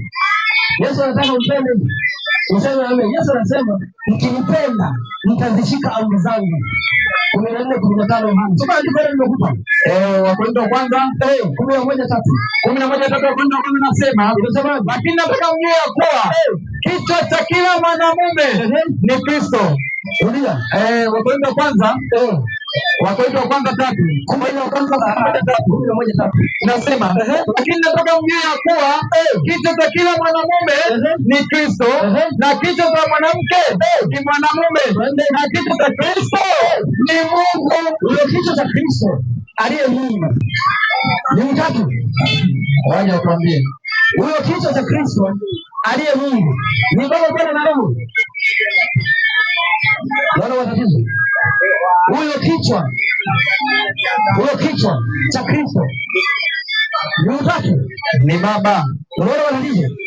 Rudia Wakorintho wa kwanza 4:6 inasema, lakini kwetu sisi Mungu ni mmoja tu aliye Baba. Mungu ni Baba. Mungu ni baba yake na Yesu. Mungu ni baba yake na Yesu, na sisi tunamwita Baba kwa kumwamini Yesu Kristo. Tunamwita Baba kwa kumwamini Yesu Kristo. Kama unamwamini Yesu na unasema Mungu ni baba yako, wewe unacheza. Yohana 1:12 hata 11. Yohana 1:11. Kwa hiyo yeye Baba ndiye Mungu kwenye Biblia. Baba yake na Yesu ndiye Mungu wa Biblia, na ndiye baba yetu sisi. Sisi anakuwa baba yetu kwa kumwamini Yesu Kristo. Usipomwamini Yesu, wewe umtumie tu. Soma andiko. Yohana Injili 1:11, alikuja kwake wala wale wote hawakumpokea, bali wote waliompokea aliwapa uwezo wa kufanyika watoto wa Mungu. Kwa hiyo waliompokea Yesu ndio waliopewa uwezo wa kufanyika nini? Watoto wa Mungu. Watoto wa Mungu. Kwa hiyo lazima umwamini Mungu, lazima umwamini Yesu, ndio unakuwa mwana wa Mungu. Ndio nisomee Warumi 8:28. Warumi 8:28. Kwa hiyo lazima umwamini Yesu ndio unakuwa mwana wa nani? Wa Mungu. Unamwamini Yesu kama mwana wa Mungu, sio Mungu mwana. Atisiwe tena msafiri ya Mungu. Yeye Babylon. Soma andiko la Warumi 8:28. Nasi twajua ya kuwa katika mambo yote Mungu hufanya kazi pamoja na wale wampendao katika kuwapatia mema, yaani wale walioitwa kwa kusudi lake. Maana wale waliojua tangu asili aliwachagua tangu asili wafananishe na mfano. 29 anasema, maana wale aliowajua tangu asili aliwachagua tangu asili wafananishe na mfano wa mwana wake. Kwa hiyo unamwamini Yesu unakuwa mwana kwa kufanyaje? Kwa kufanyika unafananishwa na mwana wa Mungu. Ndio sasa wewe jiite mwana wa Mungu na unamwamini Yesu ni Mungu huyo. Wakati unatakiwa kuamini mwana wa Mungu ndio uwe mwana wa Mungu, unafanyika mwana wa Mungu. Kuna mtu ana swali, Mungu Baba, Mungu Mwana, Mungu Roho kwenye Biblia haipo. Mungu Baba, Mungu Mwana, Mungu Roho kwenye Biblia haipo. Kwenye Biblia kuna nini? Kwenye Biblia kuna nini? Biblia 8:54 Yohana. Kwenye Biblia kuna kitu gani? 8:54 Yohana anasema, Yesu anasema, akajibu, nikijitukuza mwenyewe utukufu wangu si kitu, anitukuzaye ni Baba yangu ambaye ninyi mnakuwa ni Mungu wenu. Kwa hiyo kwenye Biblia kuna baba yake na Yesu aliye nani? Aliye Mungu. Kuna baba yake na Yesu aliye nani? Aliye Mungu. Huyo yupo, tunakubali. Unaona 3:16 Yohana. 3:16 Yohana. Kwa hiyo kuna Mungu aliye baba yake na Yesu. Huyo Mungu ndiye anayemtuma Yesu. Soma 3:16 Yohana anasema, kwa maana jinsi hii Mungu aliupenda ulimwengu hata akamtoa mwanawe wa pekee. Kwa hiyo kuna Mungu aliyependa ulimwengu, ndio akamtoa nani? Mwanawe. Kuna Mungu aliyependa ulimwengu akamtoa nani? Mwanawe. Au na shida pili? Mwanawe. Au alijitoa mwenyewe? Mwanawe. Yaani watu wanamfanya Mungu kuwa muongo. Mungu anasema huyu ni mwanangu. Yesu anasema huyu ni baba yangu. Watu wengine wanasema eti ni Mungu huyo. Kwa hiyo Mungu alikuwa anatudanganya. Mungu alikuwa anatudanganya sasa. Manake yeye atakuwa kwanza kuogopa sasa. Unaona shida ya Babeli inakuchanganya. Umeona? Kwa hiyo kwenye Biblia kuna Mungu aliye Baba, kuna mwana wa Mungu aliye Yesu. Mtumaji, niko nisaidie Warumi 8:9. Warumi 8:9. Soma andiko hilo msomaji. Warumi 8:9 nasema, changamka tuondoke. Lakini ikiwa roho wa Mungu, Bwana hawana maswali. Lakini ikiwa roho wa Mungu anakaa ndani yenu, ninyi hamfuati mwili, bali mwafuata roho. Lakini mtu yeyote andiko inasema, lakini ikiwa roho wa Mungu anakaa ndani yenu, andiko. Lakini ikiwa roho wa Mungu, Mungu roho. Lakini ikiwa roho wa Mungu, Mungu roho. Roho wa Mungu. Mwanzo 1:1 inasema, Mwanzo 1:2 inasema, hapo mwanzo Mungu aliziumba mbingu na nchi, nayo nchi ilikuwa ukiwa na utupu, na giza lilikuwa juu ya uso wa vilindi vya maji. Roho ya Mungu, rudia tena. Roho ya Mungu, rudia tena. Roho ya Mungu, Mungu roho. Roho ya Mungu, Roho ya Mungu, Roho ya Mungu. Unaona shida kwenye Biblia? Kuna roho wa Mungu, ndio, sio roho. Ndio roho hapatikani kwenye Biblia, labda muandike Biblia zenu. Sasa roho wa Mungu ni kitu gani? Roho wa Mungu ni Mungu mwingine? Msomaji, niko. Roho wa Mungu ni Mungu mwingine? Hebu nisaidie kwanza Danieli 7:15. 4:15 Danieli 4:15 nasema, walakini kiacheni kisiki cha shina lake. 7:14 7:15 Danieli inasema, basi mimi Danieli, roho yangu ilihuzunika. Basi mimi Danieli, roho yangu ilihuzunika. Sasa swali mtobaji, ndio roho ya Danieli ikihuzunika ni mtu mwingine? Hapana. Roho ya Danieli ikihuzunika ni mtu mwingine? Ni Danieli huyo. Wakorintho wa kwanza 2:10. Wakorintho wa kwanza 2:10. Wakorintho wa kwanza 2:10 nasema, lakini Mungu ametufunulia sisi kwa Roho, maana Roho huchunguza yote, hata mafumo ya Mungu. Maana ni nani katika binadamu ayajuaye mambo ya binadamu, ila roho ya binadamu iliyo ndani yake. Roho ya binadamu iliyo ndani ya binadamu ndio inajua mambo ya binadamu. Sasa roho ya binadamu ikiwa ndani ya binadamu, ni binadamu mwingine? Wana utatu wanaamini hivyo. Roho ya binadamu ikiwa ndani ya mwanadamu ni binadamu mwingine? Hapana, ni binadamu huyo. Endelea na andiko. Inasema, hivyo hivyo na mambo ya Mungu hakuna afahamuye ila Roho wa Mungu. Roho wa Mungu sio kitu kingine wala nafsi nyingine, sio nafsi nyingine. Mungu anatupa roho wake, hatupa Mungu mwingine, na anatupa roho wake, anajua yeye atumiaje anavyotaka. Kwa hiyo kwenye Biblia kuna Mungu, kuna mwana wa Mungu na roho wa Mungu ambaye Mungu anatupa ili akae na sisi kwa ajili ya kuishi maisha matakatifu. Maana kama huna roho wa Mungu utatamani uache uzinzi, bado utaendelea kuzini tu. Utatamani uache mambo yasiyowezekana, lakini bado utaendelea tu kuyafanya. Kwa lazima Mungu atupe nguvu, atupe msaada wa kuweza kushinda dhambi. Kwa hiyo shida sasa, utakuta makanisa ya leo, mtu anaenda kanisani ananena kwa lugha, lakini akitoka nje anaanza kusengenya. Ananena kwa lugha, akitoka huko anaanza kumwimbia jirani yake, anaanza kutembea na mume wa jirani yake au mke wa jirani yake. Kwa nini? Kwa sababu watu kwenye makanisa ambayo Mungu alishaondoka, kwa sababu kuna Mungu roho. Mungu hawezi kukaa hapo. Mungu hawezi kukaa hapo. Kwa hiyo utaendelea kusali na jikatakata, unatubu kila Jumapili. Kila Jumapili unatubu ile dhambi uliyokalia. Unatubu Jumapili ikifika, unatubu dhambi hiyo hiyo. Yesu anasema njoni mwana mizigo ili niwapumzishe, maana yake waondolee dhambi. Lakini unaenda kanisani bado mizigo nayo. Kwa nini? Upo kwenye kanisa ambalo Yesu hayupo. Kwa Mungu wa Biblia sio Mungu mwenye na roho. Kuna mtu anaswali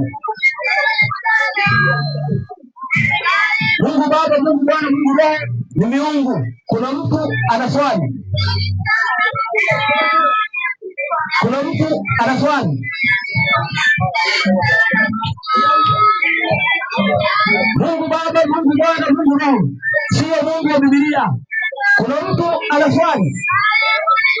Basi maswali hawana. Somaji wameelewa. Tufunge. Kesho nao ni siku. Ndio. Sasa kama hawaulizi na tunawashambulia hivi, hawataki kuuliza. Sasa sisi tufanyeje? Wameelewa. Situfunge tuondoke. Unaruhusiwa pia kutuhoji hata tukifunga hapa. Unaruhusiwa kutuuliza hapa, lakini ukataka utuhoji tu baada ya kufunga. Tunaongea kwa upendo safi kabisa. Watu wa Mungu hawanaga mambo mengi. Tunaongea kwa upendo kabisa kabisa. Tunaongea kwa upendo kabisa kabisa. Au unaweza kujisikia unataka kuuliza swali hata kwa njia ya simu. Namba yangu ya simu ni 0685 069604. Narudia 0685 069604. Kwa mara ya mwisho 0685 069604. Kwenye Biblia hakuna Mungu Baba, Mungu Mwana, Mungu Roho. Kwenye Biblia kuna Roho wa Mungu, kuna Mwana wa Mungu na kuna Mungu. Huyo Mungu sio Baba, Mwana na Roho. Mungu Baba, Mungu Mwana, Mungu Roho ilikuwa ni miungu ya Babeli, miungu ya Babiloni iliyokuwa inaabudiwa zamani za kale. Mungu hapo tutapata ibada za Ashera na Baali ambazo wengine wameweka kwenye makanisa masanamu Bikira Maria, masanamu ya Ashera wakabadilisha tu majina ya Bikira Maria. Tutakuja tuifunue na Semiramis, Malkia wa mbinguni, miungu ya kale. Unasema eti ni Bikira Maria. Sifa anazopewa Mariamu wa Biblia hana bahati eti Bikira Maria ni mwombezi. Bikira Maria naomba, Bikira Maria anafanyaje? Msomaji niko Yohana wa kwanza 2:1. Mimi niko nasubiri wale maswali. Mimi shawaliza. Nasubiria maswali. Waraka wa kwanza Yohana 2:1 tuonyeshe mambo. Yohana wa kwanza 2:1 inasema, watoto wangu wadogo nawaandikia ili ya kwamba msitende dhambi. Na kama mtu akitenda dhambi, tunaye mwombezi kwa Baba. Nani? Yesu Kristo. Maria. Yesu Kristo. Watakatifu. Yesu Kristo. Wewe chunga sana. Yesu Kristo ndiye mwombezi. Hakuna mwombezi mwingine. Sasa hivi Yesu ndiye anayetuombea na anakuita leo umfuate. Sasa watu wengine wanasubiri mpaka wafe ndio wafanyiwe dua. Hiyo dua haikusaidii. Yaani ukishakufa tu, hiyo dua haikusaidii. Ukifa dua haikusaidii. Baada ya kifo ni hukumu. Kama ulikuwa mlevi, siku Yesu akija akifufua wafu, utafufua ukiwa mlevi uende jehanamu. Kama ulikuwa mzinzi, siku Yesu anafufua siku umekufa, unafufuliwa ukiwa mzinzi jikoni. Sasa watu wanaenda wafuata matendo leo mema, wanajua kwamba ati tutakufa tutasomewa dua, ati tutatufa tutafanyiwa ibada, tutafanyiwa misa. Ujue unajifurahisha. Baada ya kifo ni hukumu. Mshahara wa dhambi ni mauti. Kila roho itendayo dhambi itakufa ni jikoni. Watu wanasema ati kuna toharani. Hiyo toharani ati ukifa utaenda fanyiwa kwanza mateso kidogo, halafu roho yako ifanyiwe ibada huku duniani ndio uende mbinguni. Ukifa imetoka. Baada ya kifo ni hukumu. Ulikuwa tena mema mbinguni, matendo maovu jehanamu. Hakuna misa, hakuna dua itakayokuokoa.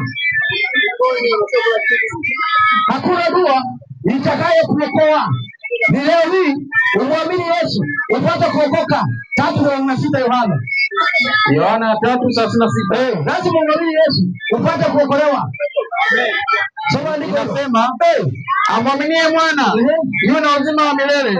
Asiyemwamini mwana hataona uzima, bali ghadhabu ya Mungu inamkalia. Kwa lazima umwamini Yesu ni mwana wa Mungu. Usipoamini hivyo, wewe usubiri tu kusonga.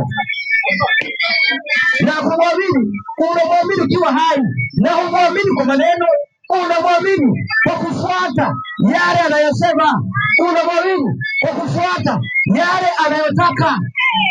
Usisubiri kwamba ukishakufa utafanyiwa ibada. Hizo ni pesa tu wanakula. Hakuna ibada itakayoweza kukutoa wewe kama unafanya mambo mabaya ati uende mbinguni. Hakuna dua. Watu wengine wanafanya ibada za wafu ati kwamba mlaze mahali pema peponi. Amekufa leo mtu, halafu amezikwa baada ya wiki moja, umlaze mahali pema peponi. Alikuwa ni mlevi, atumlaze mahali pema peponi. Hakuna mtu labda peponi ya majini, labda peponi ya majini. Kwa hiyo mtu wa Mungu lazima umwamini Yesu na ushike sheria zake. 14:12 Ufunuo 14:12 nasema umwamini tu kwa maneno, umwamini tu kwa neno. Soma andiko. Hapa ndipo kwenye sura ya watakatifu hawa zishikao amri za Mungu na nini? Na imani ya Yesu. Lazima ushike nini? Amri za Mungu na nini? Na imani ya Yesu. Na imani ya Yesu. Ni mwana wa Mungu. Yesu ni mwana wa Mungu. Sasa ukishika amri na uamini kama Yesu ni mwana wa Mungu, inakuwaje? Au ukishika ukiamini Yesu ni mwana wa Mungu na amri uzitaki, inakuwaje? Ni hatari. Wengine wanasema hatuishi chini ya sheria. Sasa kama tuishi chini ya sheria, kwa nini msiibe? Kwa nini msizini? Kwa nini mnakataza acha zina? Acha zina. Ukifika kwenye Sabato, hatuishi chini ya sheria. Hatuishi chini ya sheria. Wewe, hayo mnafundisha Ibilisi. Sheria ya Mungu ipo mpaka Mungu Yesu mwenyewe alishika sheria ya Mungu. 15:10 Yohana. Yesu mwenyewe alishika sheria ya Mungu. Wewe mwanadamu, hata kushika sheria. Unapotezwa shetani na kufundisha na wewe unasema kwamba hakuna sheria. Hakuna sheria. Soma andiko. Inasema, "Mkishika amri zangu, mtakaa katika pendo langu." Kama vile mimi nilivyozishika amri za Baba yangu na kukaa katika pendo lake. Yesu anafanyaje? Alishika amri za Baba yake. Lakini watu siku hizi wanasemaje? Tushike amri, tunaishi chini ya neema. Tunaishi chini ya neema. Tunaishi chini ya neema. Tumeona kwa watakatifu ni watu gani? Wanashika amri za Mungu na imani ya Yesu. Watakatifu wanashika amri za Mungu na imani ya Yesu. Sasa kama wewe unaamini Yesu kama ni mwana wa Mungu, ujue ni bora ule zaka zako na sadaka zako uende jehanamu ukiwa umeelewa. Yesu ni mwana wa Mungu. Yesu sio nafsi ya pili ya Mungu. Mungu sio utatu. Mungu hana nafsi tatu. Mwanzo 22:16. Mwanzo 22:16. Mungu hana nafsi tatu. Inasema Mungu anasema, nimeapa kwa nafsi yangu, nafsi zangu, nimeapa kwa nafsi yangu, nafsi zangu, nafsi yangu. Chunga sana, chunga sana, chunga sana, chunga sana. Lakini hapo ni katikisi mnaambiwa nafsi tatu ni akina nani? Inasema nafsi tatu za Utatu Mtakatifu ni akina nani? Inamaanisha nini? Wanasema kwamba kusema nafsi tatu ni tofauti kila mmoja kwa mwingine, inamaanisha kwamba Mungu Baba si Mwana, Mungu Mwana wanakuchanganya. Mungu Baba si Mwana, wala Mungu Roho Mtakatifu si Mungu Baba. Maana hapo tofauti, lakini wanaunda Mungu mmoja. Hiyo ni kama yaani maana ni 1 2 3 wanaunda Mungu mmoja. Sasa watoto wake walivyokuja kuiboresha sasa, watoto wa huyo mama sasa, watoto wa makahaba wa mama walivyokuja kuiboresha, wakasema alijidhihirisha, badilika. Mungu ni kigeugeu. Yakobo 1:17 alijidhihirisha, akaanza kama Baba, akawa Mwana. Sasa uje kuambie alipokuwa anajidhihirisha, uje kwa maandiko, story usubiri Jumapili. Inasema kila kutoa kuliko kwema na kila kilitolewacho kilicho kamili kutoka juu kutoka chini kwa Baba wa mianga. Kwake hakuna kubadilika wala kivuli cha kugeuka. Kwa hiyo Mungu habadiliki. Hata Yesu habadiliki. Waebrania 13:8. Yesu mwenyewe habadiliki. Yesu alikuwa ni mjumbe wa Mungu hata kabla ya kuja kwake hapa duniani. Yesu alikuwa ni mjumbe wa Mungu. Yesu alikuwa ni mtumishi wa Mungu hata kabla ya kuja duniani. Baada ya kuja duniani, Babeli wachanganya, wanasema kwamba Yesu ni nafsi ya pili ya Mungu. Babeli wachanganya, wanasema kwamba Yesu ndiye Mungu mwenyewe. Inasema kwa hiyo hata kabla ya ulimwengu wako Yesu alikuwepo na Baba yake. Ndio. Soma andiko. Inasema ndani ya 18. Yesu Kristo ni yeye yule jana na leo hata milele. Anabadilika. Jana na leo hata milele. Yesu ni yule. Mwanzoni alikuwa mtumishi wa Mungu. Na mpaka sasa ni mtumishi wa Mungu. Mpaka leo hii. Na baada ya kuja kumtumikia Mungu, naye atatiishwa, atakabidhi mamlaka kwa baba yake. Wakorintho wa kwanza, nisaidia Wakorintho wa kwanza 15 kuanzia 23. Hata baada ya kukamilisha kazi ya kumkomboa mwanadamu, mamlaka atamwakilisha kwa baba yake ili Mungu awe yote katika yote. Wakati huo atakuwa kama brothers, atakuwa kama kaka yetu. Ndio maana Yesu anasema sioni haya kuwaita ninyi ndugu zangu. Ndio. Soma andiko la Wakorintho wa kwanza 15:28. Basi vitu vyote vikisha kutiishwa chini yake, ndipo mwana mwenyewe naye atatiishwa. Unaona? Mwana mwenyewe atatiishwa akishamaliza kazi ya ukombozi, kazi ya kugombea, kazi ya kuliongoza kanisa. Akishamkamilisha, akishamtumia Baba wale watu walio watakatifu, atakabidhi kwa baba yake.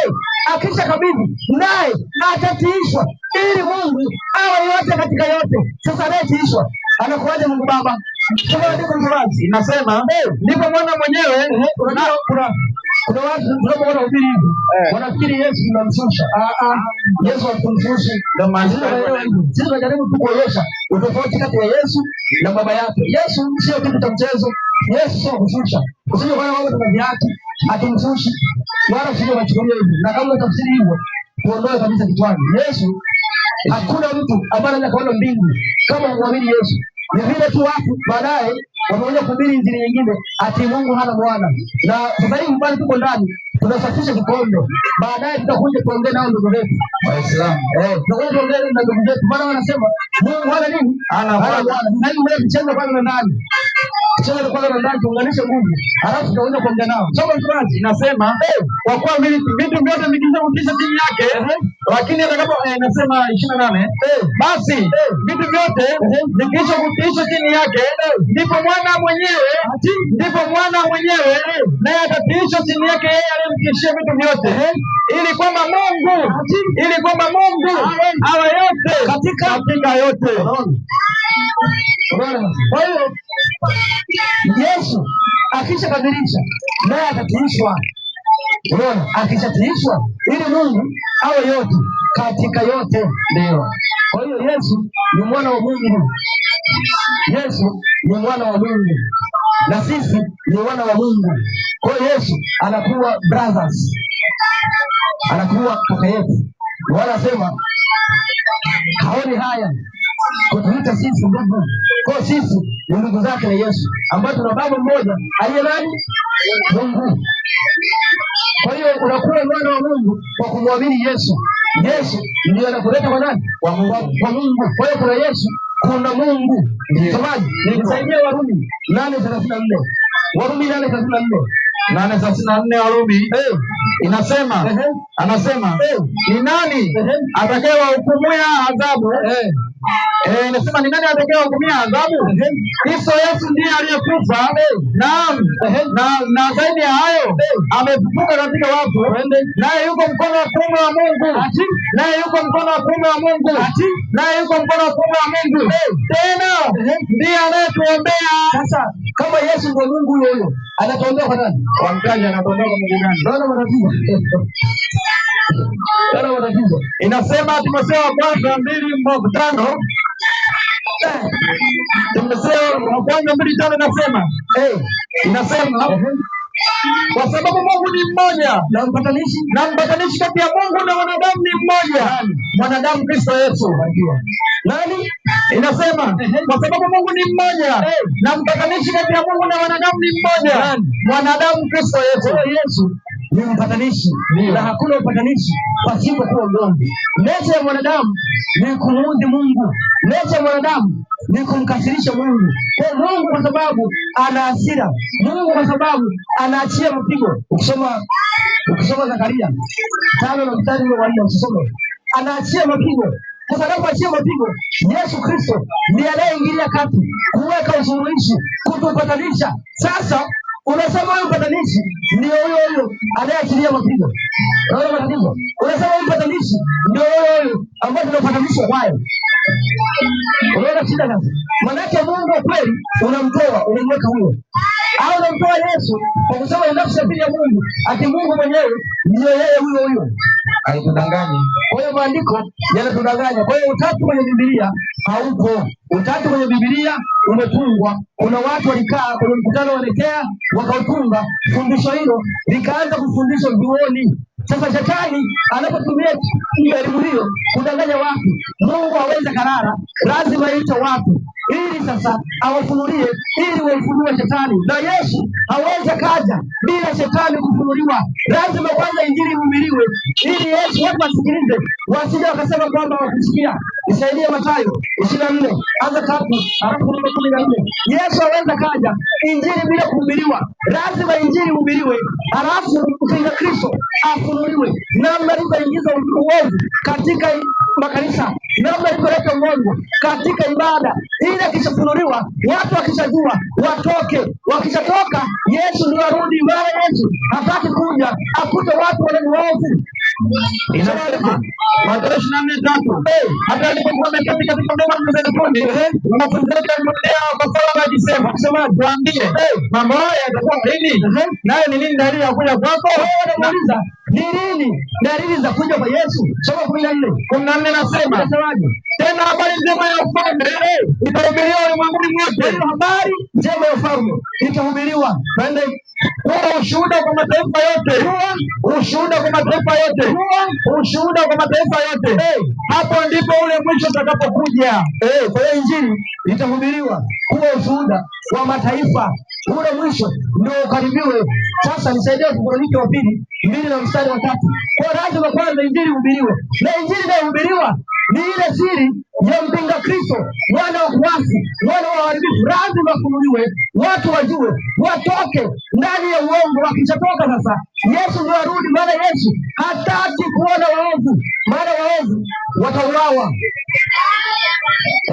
Maana maandiko yanasema siku hiyo watakao kufa watakuwa wengi. Bwana ataua, damu ya wengi itamwagwa. Soma andiko mtumaji. Inasema Wathesalonike wa pili 2:3 mtu awaye yote asiwadanganye kwa njia yoyote, kwa maana haiji usipokuja kwanza ule mtengaufu akafunulia yule mtu wa kuasi, mwana wa uharibifu, yule mpingamizi ajinuaye nafsi yake juu ya kila kiitwacho Mungu ama kuabudiwa ama kuabudiwa, mwana wa kuasi anayejiinua, ambaye mpingamizi anajiinua nafsi yake ili apate kuabudiwa kama kwamba ni nani? Hata mwenyewe kujifanya kwa yeye mwenyewe ni Mungu, ati kwamba ni Mungu. Kwa hiyo mwana wa kuasi amefanyaje? Anajiinua, na alisema atakiinua kiti chake. Ukisoma Isaya 14:12 alisema atakiinua kiti chake ili aabudiwe.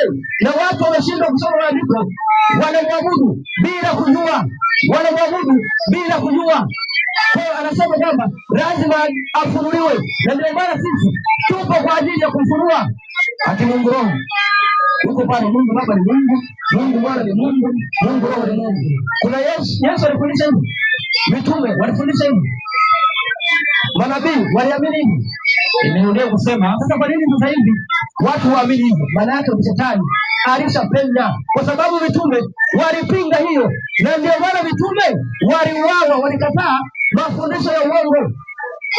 Waliuawa mitume wengi kwa sababu walifundisha kwa hiyo. Lakini mitume wa leo hii hata hawagusi. Kwa nini? Kwa sababu wanafundisha mafundisho wanayofundishwa na shetani, ndio maana hawagusi.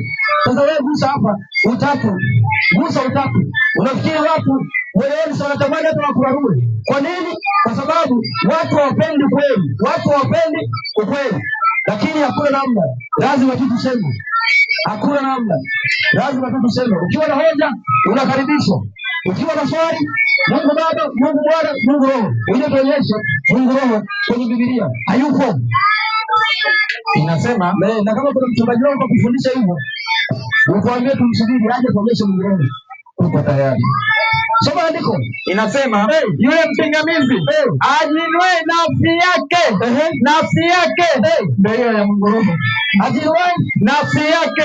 Na alisema atainua kitu chake. Na yeye afanyaje? Lakini Mungu alikuwa ameruhusu ibada iende kwa nani? Iende kwake na kwa mwanawe. Mungu aliruhusu ibada iende kwake na kwa mwanawe, lakini mwingine akaona nitaingiaje? Niingie kwa kigezo cha Mungu Roho, lakini Mungu aliruhusu ibada iende kwake na kwa mwanawe. Nisaidie 1:6 Waebrania inasema hata tunamleta mzaliwa wa kwanza ulimwenguni, asema na wamsujudu malaika wote wa. Kwa hiyo Mungu alisema mpaka malaika wamsujudu Yesu Kristo. Ndio, lakini huyu jamaa sasa akaona wataniabudu vipi? Akaja kwa kigezo ati Mungu Roho asujudiwe. Sasa watu kufundisha hivyo wanasema wale wanampinga Roho Mtakatifu. Sisi tunampinga Mungu Roho, hatumkatai Roho Mtakatifu. Tunaamini Roho Mtakatifu ni Roho wa Mungu, sio Mungu Roho. Tunaamini Roho Mtakatifu ni Roho wa Mungu, sio Mungu Roho. Kama unaandiko kwamba Roho Mtakatifu ni Mungu Roho, uje tukupe mfano ukanywe maji. Uje tuonyeshe ati Roho Mtakatifu ni Mungu Roho, utoe andiko tukupe mfano ukanywe maji au pitie matunda. Kwa hiyo watu wamebadilishiwa Mungu. Sasa mtazamaji, tuishie tu hapo. Wanawatosha. Wale nimesubiri maswali, sijaona hata swali. Pengine labda tukifunga tutapata wakati mmoja. Unaona? Ndio. Kesho nayo ni siku tutakuja kufunua sasa ibada za uongo. Hapa ndipo tunafunua Mungu wa uongo. Tunafunua Mungu wa nini? Wa uongo. Sasa kulingana na watu wanaoamini Mungu wa uongo, imebidi sasa waanze kufuata na ibada za uongo. Yaani baada ya kumkataa Mungu wa kweli, wamechukua ibada za uongo. Kwa sababu walimwona Ibilisi, wameamua wachukue hata ibada zake za Ibilisi. Tutaangalia ibada za mabahari zinazoendelea makanisani.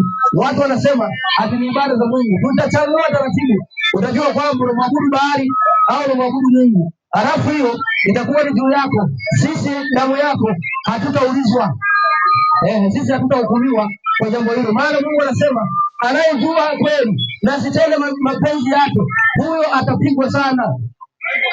Na ambaye anajua kidogo, huyo atapigwa kidogo. Hebu nisaidie kwanza Luka 12:47. Maana sisi hatutaki baadaye tupigwe sana. Hadi hatukuambia mambo hayo. 12:47 kitabu cha Luka inasema na mtumwa yule aliyejua mapenzi ya bwana wake asijiweke tayari wala kuyatenda mapenzi yake, atapigwa sana. Atapigwa sana. Inasema na yule asiyejua naye amefanya yastahili mapigo, atapigwa kidogo.